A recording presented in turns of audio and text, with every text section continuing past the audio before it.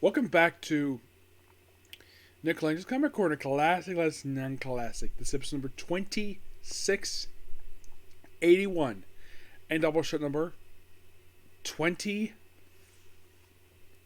Want to be sure I get this number correct here.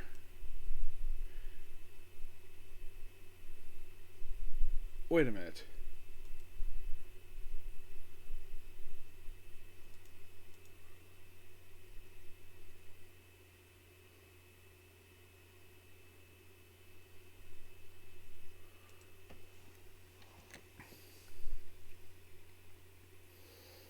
I'm checking something. I think I may have jumped ahead a little bit for this one.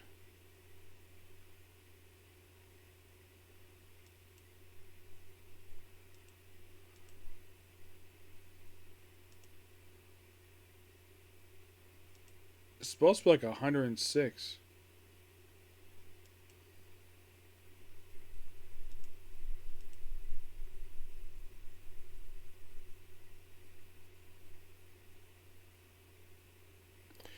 Okay.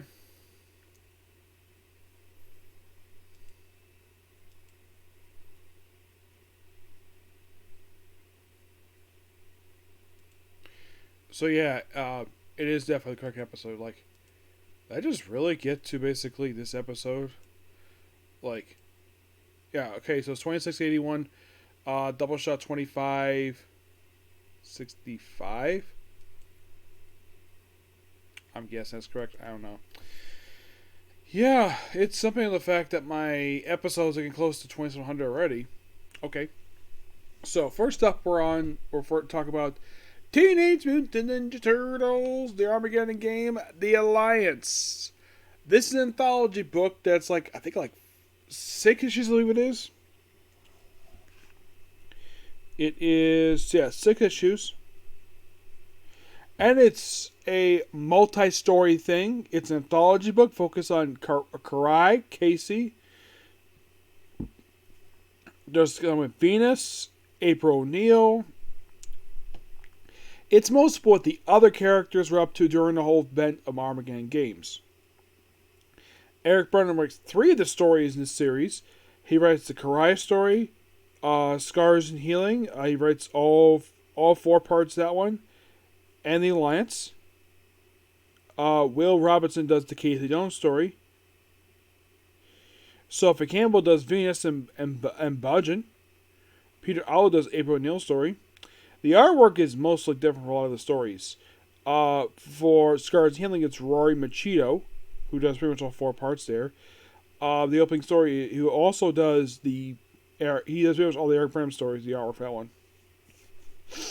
Except for Alliance. He's not did the artwork for that one. For Casey, it's Andrew Dollhouse. Ryan Patson does actually does the coloring. Apex Nobody is actually done by June Bai. Sophie does writing artwork for Venus and Budgeon. And that's mostly it. It just basically looking for characters. Casey Jones, this is the only volume he has this whole crossover. It's pretty good. Nothing really wrong here per se with this one. But I'm going to get this one roughly a 10 out. I'm going to give it a 9 out of 10. Okay. Next up we have is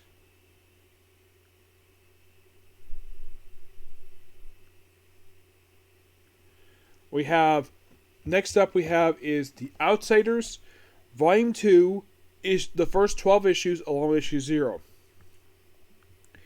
Mike Deber is still the writer. He does this. This actually will be the last time he ever do for this series. 3 and 4, he wouldn't do those books. I think the reason why he stopped doing after this book because he's been writing the characters on and off since early into 1983 at this point. We have Paul Palitro on the artwork for this one. Not Mike Deber, not Joe Perro, not Alan Davis or Dan Jorgens. We have Paul Palitro. He does all 12 issues, including issue 0. Mostly put Geoforce's frame for not the same writer from the previous book. This is something else.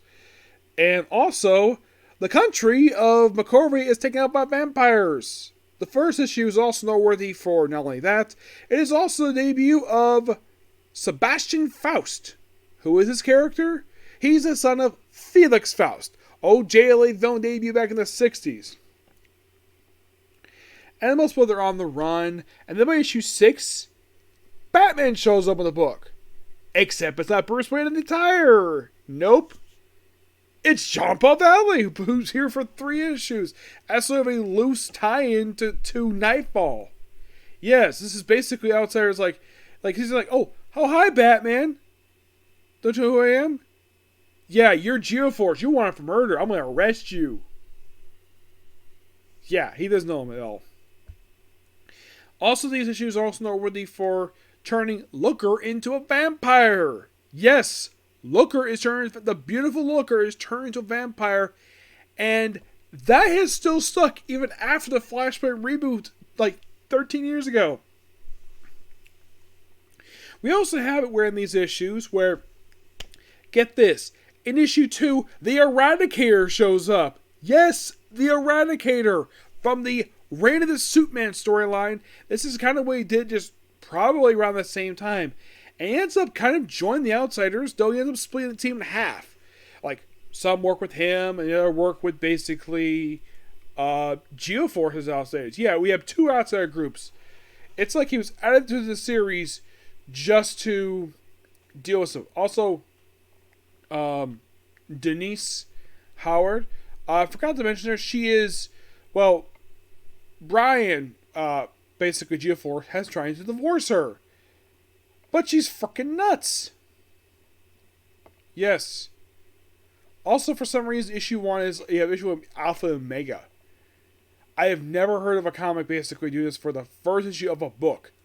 Now, if you're curious, what issue was it that well, by the way, Eradicator, if you're really curious, he shows up in issue 3. And Looker is turned into a vampire.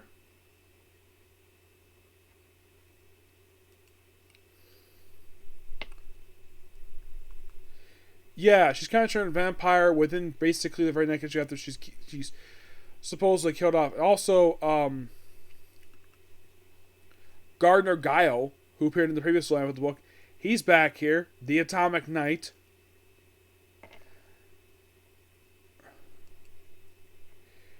Yeah, he's here as a sort of a recurring villain, but after like issue 11, he is dropped from the book, and the book is like pretty much relaunched. Like, he's here for the opening issues, comes back for issues 10 and 11, disappearing into like the last couple issues of the book.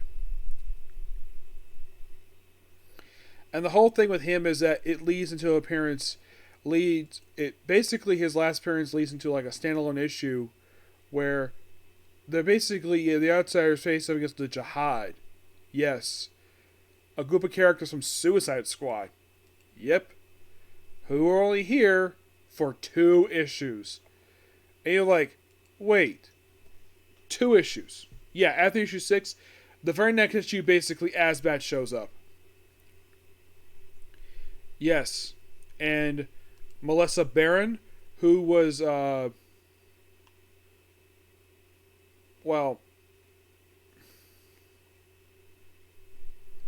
she was estranged from Jeffrey Barron. Jeff Barron's known as Tennecoat. He was working with the Outsiders, started with this very volume. Yes, and he is an original character who debuted in the first issue, and he appears in every issue of this book. He does not miss an issue. He made case appearance outside the book. His last appearance was actually in Batman the Outsiders volume number 40. Yeah, a book that came out 13 years ago. Mm-hmm.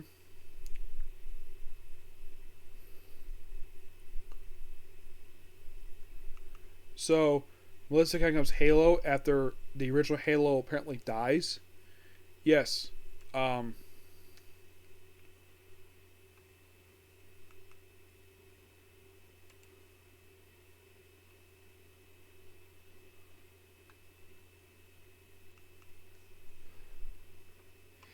Yeah, as Azrael back, he's only here to issue 9. By issue 10... No.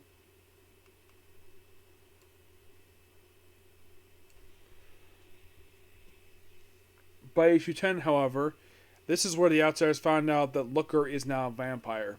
Yep, that's when they find out she's a vampire. Yep, it's a quick little two-parter. By the way, the group at this point, by issue 11, is comprised of Atomic Knight, Dervish, Eradicator, Faust, Halo, Geoforce, Looker, the vampire, Trunco, and Wild. Also, Prince Roderick, who briefly took over the country, he's killed off in this issue. Yes, the guy who basically started this whole entire run, this whole thing with the vampire stuff, yeah, he's dead. He gets killed off by issue 11. So after a year of being the villain, he's like done. And you're like, okay, so they freed this country from... And then we lead to issue 0.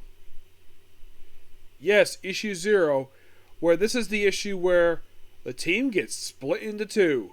Where Eradicator's outsiders is most of the regular outsiders, just himself, comprised himself, Faust, Halo, Looker, and Wild.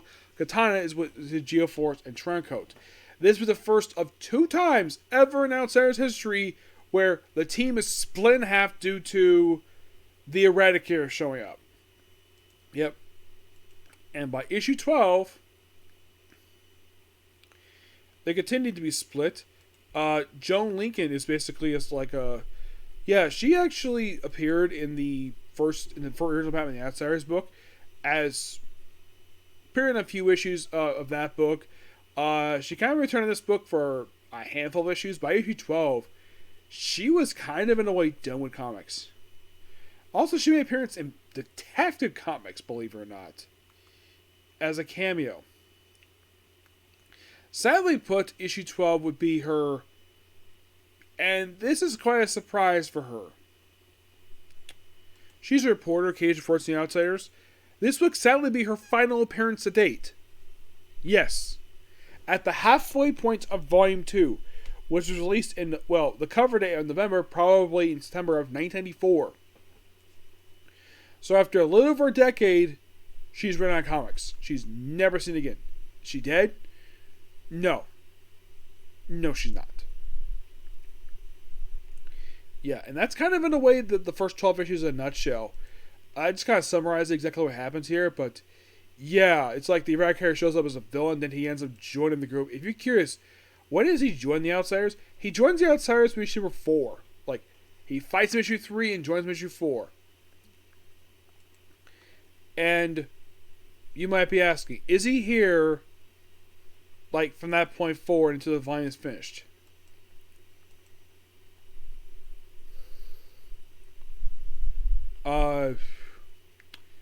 The answer to that question is yes. He's here from that point forward until like the final issue.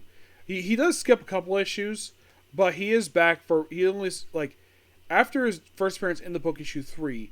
Actually, apparently appeared in issue number 2, but he technically of the 24 issue missed first issue 5 through 8 and 17, but most of it he was here for almost the entire run. Yeah, but pretty good issues overall. I like them. I really do. I'm going to give these issues for Outsiders Volume 2 a 9 out of 10. Yep.